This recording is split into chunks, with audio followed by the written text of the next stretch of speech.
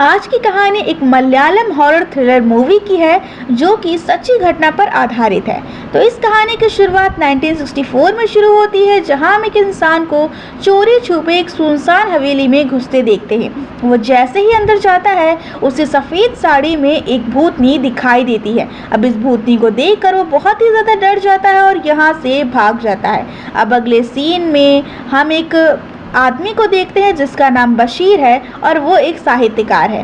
पहले सीन वाले हवेली के पास वो आता है क्योंकि उसने इस हवेली को 2 महीने के लिए रेंट पर लिया था। अब जैसे ही वो गेट के बाहर रुकता है, रिक्शा वाला उसका सामान अंदर ले जाने से मना कर देता है। ये जानकर वो अपना सामान खुद ही उठाकर अंदर चला जाता है।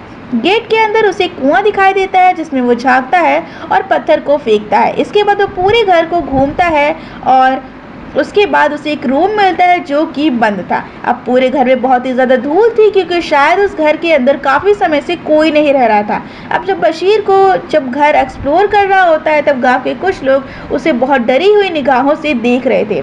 एनीवेज, बशीर यहाँ खुद के सोने का एक कमरा चुनता है और कमरे को सेट करने में लग जाता है। अब कमरा सेट करने के बाद बशीर गांव में पोस्ट मास्टर से मिलकर उन्हें बताता है कि अगर उसके नाम का कोई भी खत आता है तो पोस्ट मास्टर वह खत उसके घर भिजवा दे। लेकिन जैसे ही बशीर पोस्ट मास्टर को बताता है कि वह भार्गवी निलायम मेंशन में आया हुआ है तो पोस्ट मास्टर के चेहरे का रंग ही उड़ जाता है।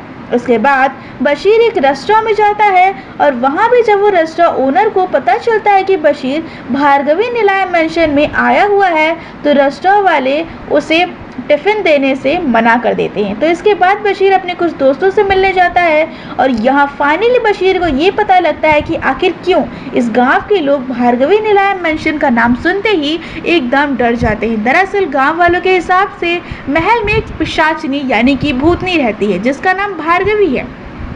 अब असल में 1950 के दौरान भार्गवी नाम की एक बहुत ही सुंदर लड़की वहाँ रहा करती थी और वह हर कला में निपुण थी, चाहे वह नृत्य हो या फिर संगीत। अब भार्गवी अपने पड़ोसी शशि कुमार से प्यार करती थी जो कि सितार बजाता था और एक गायक भी था। अब शशि कुमार भी भार्गवी को चाहता था, लेकिन एक दिन शशि कुमार उसे छोड़कर चला गया। अब इसी गम में भार्गवी डूब गई और आखिर में उसने कुएं में कूद के अपनी जान दे दी।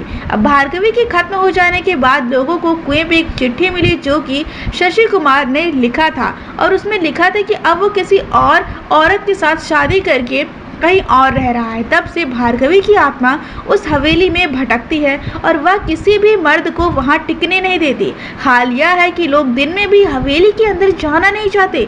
तो ये सब जानने के बाद बशीर वापस हवेली में आता है और वे कुएं में झांक कर बातें करने लगता है। मतलब ऐसे बात कर रहा था कि जैसे वो भार्गवी से ही उसके अंदर बात कर रहा हो। अब बशीर पहले तो सुबह कुएं में पत्थर फेंकने के लिए सॉरी कहता है, देन ये भी कहता है कि उसे भार्गवी की कहानी सुनकर काफ़ी दुख हुआ। देन बशीर वह 2 महीने के लिए उस जगह को रेंट पे लिया था। अब जिसमें उसके सारे पैसे लग गए हैं तो उसके पास रहने का कोई और ठिकाना नहीं है, इसीलिए भार्गवी उसे यहाँ पर रहने दे क्योंकि वह भी भार्गवी की तरह अकेला है। बशीर ये तक कहता है कि अगर भार्गवी की कहानी सच्ची है और वो सच में शशि कुमार से प्यार करती थी तो वह बशीर की सिचुएशन को भी समझेगी और उसे परेशान नहीं करेगी। इन बातों के बीच बशीर को अलग अलग जानवर कंपाउंड में दिखते हैं, लाइक कुत्ता, बिल्ली, चूहा और एक सांप भी दिखता है। खैर ये सब कह के बशीर अंदर जाता है, सॉन्ग्स बजाता है, देन कुएं के पास आकर नहाने लगता है। अब यहाँ वो भार्गवी को फिर से कहता है कि भार्गवी को गलत कदम नहीं उठाना चाहिए था क्योंकि अगर भार्गवी वेट करती तो शायद उसे कोई ऐसा मिल जाता जो कि उससे बहुत ज़्यादा प्यार करता। अब इस मोमेंट पे हम देख पाते हैं कि कुएं की दूसरी तरफ भार्गवी की घोस्ट यानी कि भूतनी वाइट कपड़े में बैठकर ये सब सुन रही होती है। अब नहाने के बाद बशीर भार्गवी को गुड नाइट करके बोलकर सो जाता है। अब बशीर के सोते ही हम एक अदृश्य शक्ति को देखते हैं जो कि बशीर के डायरी को पलट के पढ़ती है। अब अगले सुबह बशीर उठकर वापस गांव में जाता है और वहां लोग उसे जिंदा देख के काफी हैरान हो जाते हैं। अब यहाँ रेस्टोरेंट का ओनर बशीर को बताता है कि पिछले साल किसी MN सर की बहन और उसका हस्बैंड मेंशन में स्टे करने गए थे और वो लोग वहाँ एक रात भी नहीं टिक सके और MN सर भार्गवी के अंकल या मामा का कोई बेटा था और परिवार वाले भार्गवी की शादी इसी MN सर से करवाना चाहते थे, लेकिन भार्गवी तो गायक शशि कुमार से प्यार करती थी। फिर आगे क्या हुआ वो तो आप सभी जानते ही हैं। अब भ्रष्टा वाले यहाँ ये भी ऐड करते हैं कि एमएन सर बताते हैं कि भार्गवी बहुत ही बदमाश लड़की थी और वह हवेली में कभी कभी बिल्ली तो कभी कुत्ता और कभी चूहे के रूप में दिख जाती थी, इसीलिए बशीर को हवेली के अंदर बिल्कुल सावधान रहना चाहिए। तो इसके बाद बशीर वापस मेंशन में जाता है और भार्गवी को कहने लगता है कि वह भार्गवी की कहानी को लिखना चाहता है, लेकिन वह भार्गवी की रियल स्टोरी लिखेगा, ना कि वह झूठी कहानी जो कि गांव वाले सबको सुनाते फिरते हैं। इसके बाद बशीर कहानी लिखना शुरू करता है और तभी उसे आउट हाउस से कुछ आवाजें सुनाई देती है। चेक करने पर वो पाता है कि घर के उस लॉक कमरे की खिड़की में एक स्टिक निकल रहा था। दरअसल पूरे हवेली में सिर्फ एक ही कमरा था जो कि लॉक था और सबका मानना था कि उस कमरे में ही भार्गवी की चीजें रखी हैं। अब बशीर यहाँ अंदर जाता है और कमरे में उसे एक बक्सा मिलता है जो कि लॉक था। अब बशीर को इस बक्से की चाबी तो नहीं मिलती, लेकिन दीवार पर लिखे कुछ टेक्स्ट वगैरह उसे यहाँ पे जरूर मिलते हैं, जिससे उसे पता लगता है कि भार्गवी का प्रेमी शशि कुमार एक गायक था। इसके बाद बशीर बक्से के लॉक को अपने चाकू से तोड़ देता है और अंदर उसे भार्गवी की एक तस्वीर मिलती है। खैर उस रात जब बशीर सो रहा था तो एक आदमी मेंशन में घुसने की कोशिश करता है, लेकिन बाहर ही वह भार्गवी को बैठ देखकर चिल्लाता है। चिल्लाने की आवाज सुनकर बशीर नीचे आकर इस आदमी को संभालता है और इस आदमी का कहना था कि वह तो यहाँ से गुजरते हुए काम की तलाश में अंदर आए, लेकिन यहाँ की मैडम उसे धक्का देकर उसका गला दबाने लगी। और ये सुनकर बशीर थोड़ा चौंक जाता है, क्योंकि घर में उसके अलावा कोई और तो था ही नहीं। जो भी हो, ये आदमी अपना नाम परिकन्नी जूनियर बताता है और उसकी बातों से हम ये समझ पाते हैं कि उसे ये पता ही नहीं है कि भार्गवी भूत है। वह भार्गवी को बशीर की पत्नी समझ बैठा है। अब बशीर परिकन्नी को घर में रहने की जगह देता है और वह भार्गवी को कहता है कि वह परिकन्नी को यहाँ पर रहने दे और उसे परेशान न करें। तो अगली सुबह से परिकन्नी बशीर को के घर में कामों में हाथ बटाने लगता है और एक बार रात में परिकन्नी जब अकेला बैठा होता है तो एक बिल्ली उसे घूरे जा रही थी। परिकन्नी कहने लगता है कि मैडम इस बिल्ली को भगा दो और इसके ठीक बाद भार्गवी की नाचने की आवाज और म्यूजिक सुनाई दी थी, जिसे सुनकर बिल्ली भाग जाती है। इन शॉर्ट परिकन्नी को भार्गवी का यहाँ होना हर पल महसूस हो रहा था।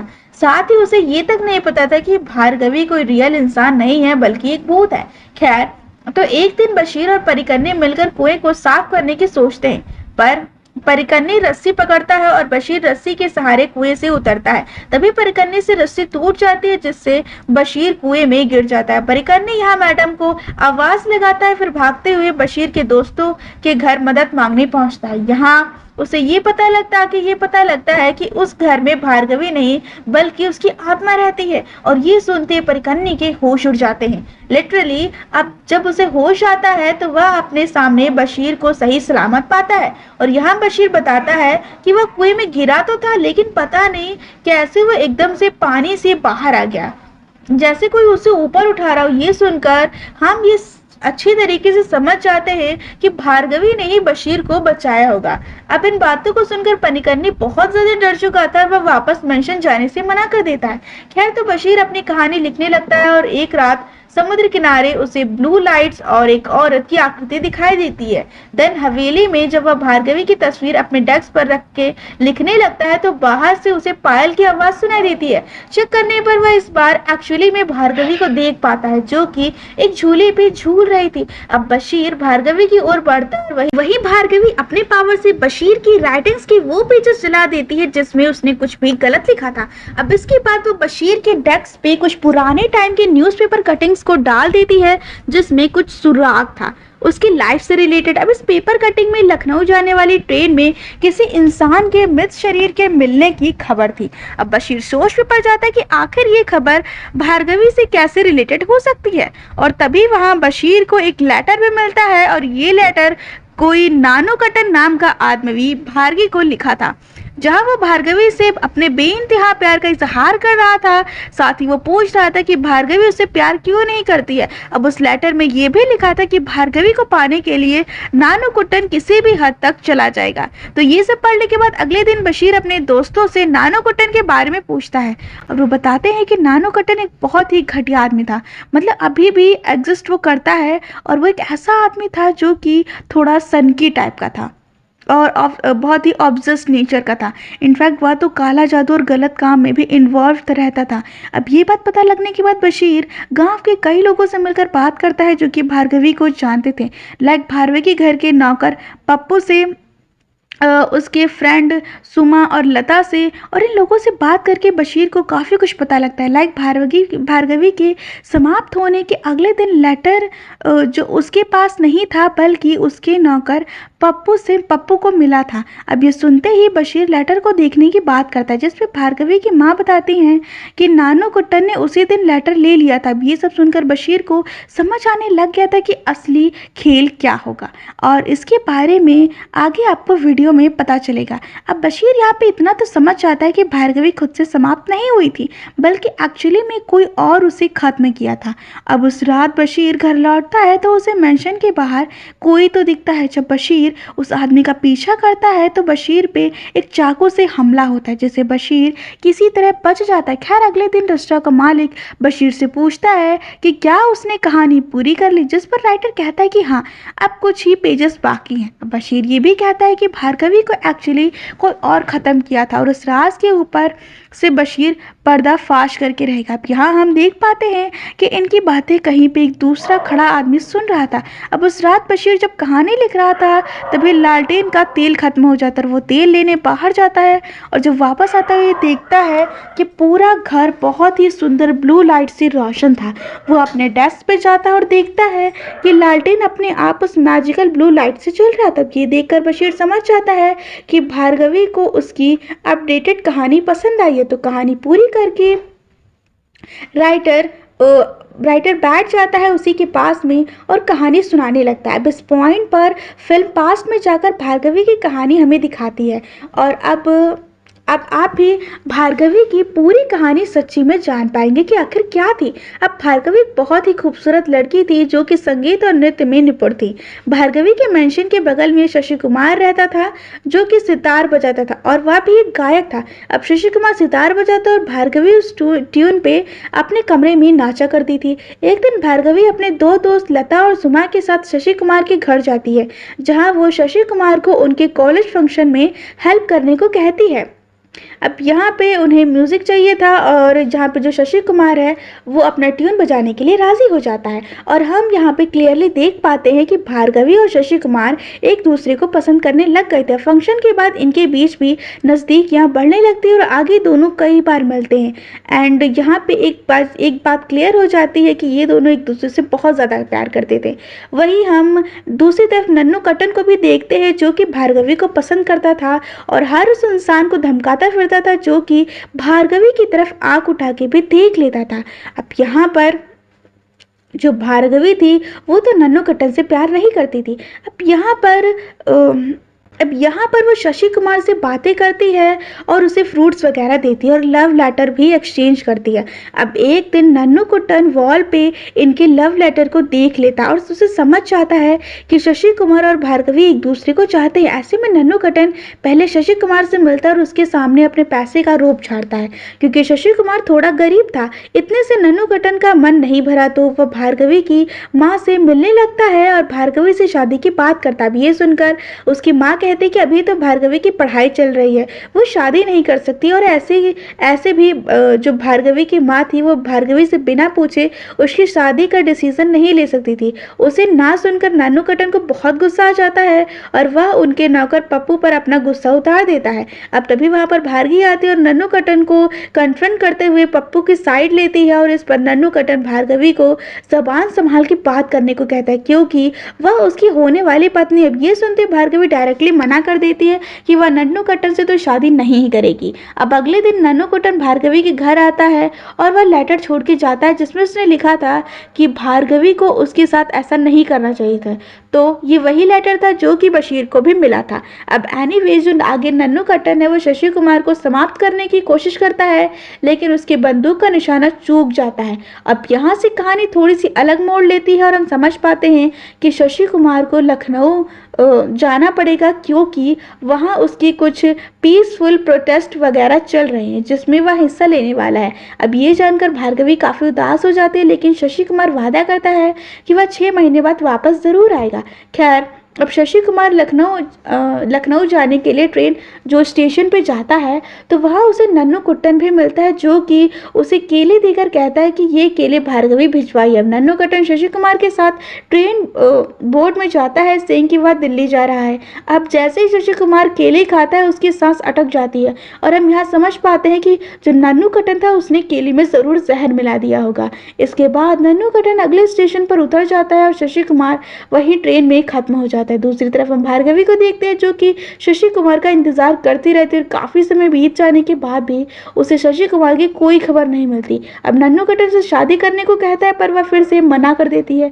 अब एक रात जब भार्गवी घर में अकेली रहती है तब नन्नूकुट्टन वहां आता है और भार्गवी से फिर से रिजेक्ट कर देती है और इस पॉइंट पे नन्नूकुट्टन रिवील करता है कि उसने शशि कुमार को मार दिया है। अब ये बात सुनकर भार्गवी बिल्कुल टूट जाती है और मौके का फायदा उठाकर नन्नूकुट्टन उसे अपने साथ रहने को कहता है। इस बात पे भार्गवी उसे जोर से थप्पड़ मारती है और गुस्से में नन्नूकुट्टन भार्गवी को कुएं में फेंक कर खत्म कर देता है। अब सीन एक बार फिर से प्रेजेंट टाइम में आती है जहां बशीर भार्गवी से पूछता है कि क्या ये कहानी सही है। तभी पीछे से नन्नूकुट्टन निकलता है और यह पूरी नरेशन वो सुन रहा था। अब यहाँ नन्नूकुट्टन बशीर के सामने आता है और वो ये कहता है कि बशीर की पूरी कहानी सही है लेकिन उसमें एक गलती। अब ये सुनकर बशीर कहता है कि अब वो पब्लिश करने से पहले वो अपनी गलती को ठीक कर लेगा और इस पर नन्नूकुट्टन कहता है कि किताब पब्लिश करने के लिए तुम जिंदा नहीं बचोगे। अब नन्नूकुट्टन यहाँ बशीर के लिखे हुए पेपर्स को कुएं में फेंक देता है और यहाँ पर वो बशीर की एक मिस्टेक रिवील करता है। मिस्टेक ये थी कि शशि कुमार केला खा के तुरंत नहीं मरा था और ऐसे में नन्नूकुट्टन उसका गला दबाकर उसको खत्म किया था। अब नन्नूकुट्टन ये भी बताता है कि भार्गवी भी खत्म होने से पहले ये बोली थी कि वो अपना और शशि कुमार का बदला नन्नूकुट्टन से लेंगे, लेकिन ऐसा कुछ नहीं हुआ क्योंकि इस कहानी का हीरो नन्नूकुट्टन है। बस फिर क्या था, बशीर और नन्नूकुट्टन में लड़ाई हो जाती है और दोनों इसमें काफ़ी ज़्यादा घायल हो जाते हैं और लड़ाई के अंत में नन्नूकुट्टन बशीर को उस कुएं में समाप्त करने की कोशिश करता है पर बशीर नन्नूकुट्टन को ही कुएं में गिरा के खुद को बचाता है। लेकिन यहाँ हम देख पाते हैं कि जो भार्गवी है वो घर से ये सब कुछ देख रही थी। अब क्योंकि बशीर एक अच्छा इंसान है तो वो नन्नूकुट्टन को बचाने की कोशिश करता है और कुएं में रस्सी फेंक कर उसको निकालने की कोशिश करता है, लेकिन यहाँ पर पानी में भार्गवी की साड़ी नन्नूकुट्टन के पैरों में लिपट कर उसे नीचे खींच रही थी क्योंकि वो उसे मारना चाहती थी और यहीं पर जो नन्नूकुट्टन है वो खत्म हो जाता है। और इसके बाद वही ब्लू लाइट एक बार फिर से आती है और वो ब्लू लाइट अपने साथ वो सारे पेपर्स कुएं से निकालती है, मतलब वो पेजेस अभी भी सुरक्षित थे जो कि नन्नूकुट्टन ने उस कुएं के अंदर फेंका था। अब यहाँ पर वो पेपर सही सलामत होते हैं और यहीं पर ये फिल्म खत्म हो जाती है। तो दोस्तों, आपको ये स्टोरी कैसी लगी हमें कमेंट में ज़रूर बताइएगा और अगर आपको ये कहानी पसंद आई हो तो वीडियो को लाइक, शेयर और सब्सक्राइब ज़रूर करें।